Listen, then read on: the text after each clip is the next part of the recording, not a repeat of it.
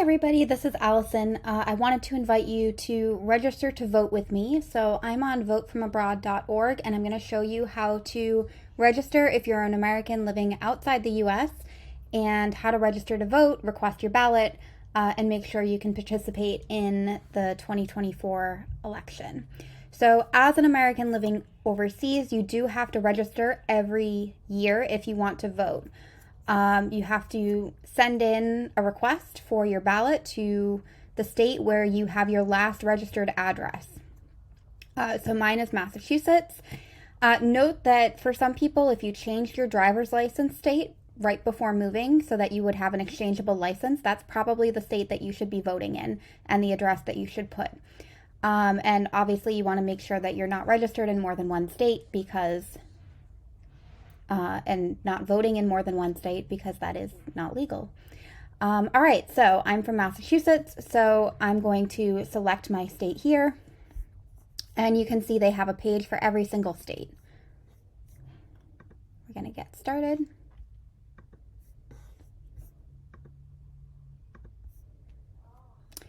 So once you get here, you can click to see your deadline. So I'm going to go ahead and request my ballot for the presidential primary.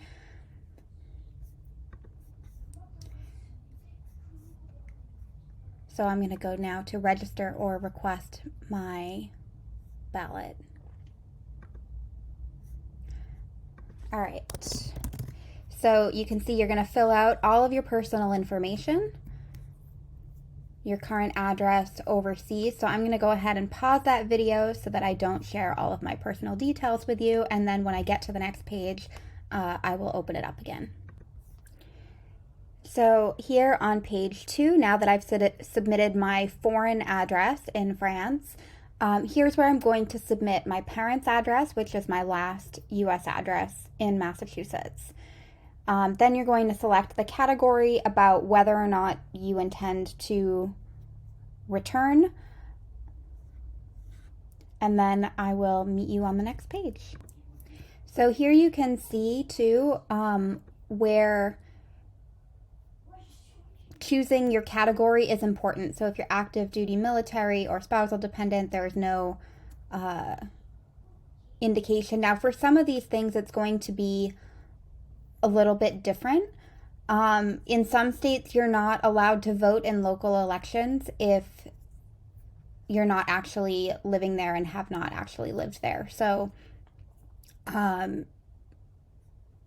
for some states, this is going to be different. For Massachusetts, I can vote in everything, even though, let's say, my return is uncertain.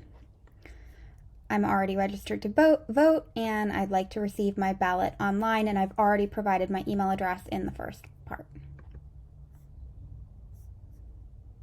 So here you're going to fill out more personal information and your party information. So now on here, you're going to review information. So I'm not going to scroll down and share this with you. But basically, you just want to check to make sure everything is accurate before going forward. And then once you get to the end, all you have to do is click to print and sign your form. I'm going to be able to send it to my local town clerk's office as an attachment to an email. They always send me my ballot by email. In some cases, you will receive your ballot by physical mail, and you cannot email or fax in your ballot. Now, when I send my ballot back by email, I do have to sign an authorization that I don't mind if somebody looks at it, because obviously, like, they need to print and scan it into the machine. Whereas if you mail in your ballot, then they are just opened and fed into the machine automatically and not, as part of the regular counting of the votes. And that's it. It's really easy. It took less than 5 minutes to do, so please go register to vote. Oh, and there's one more step after I clicked that I was ready to sign, that obviously you are swearing under penalty of perjury that you have provided accurate information, that you are eligible to vote and not disqualified for being a felon. that you're not registered in any other jurisdiction, and that you're at least 18 years of age.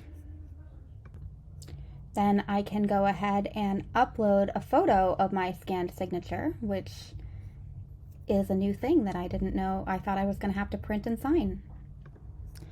And now I have taken a picture of my signature on an index card to sign it, and now I'm going to request the ballot by email.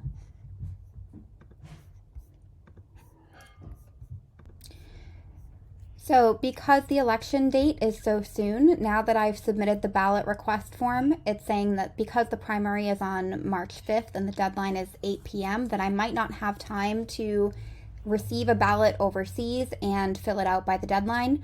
So it's going to give me a backup ballot where I can write in the candidates that I select and email it, or in some cases, submit it by mail to the town clerk in order to have my vote count. And that's it. Thanks for watching. Go register to vote.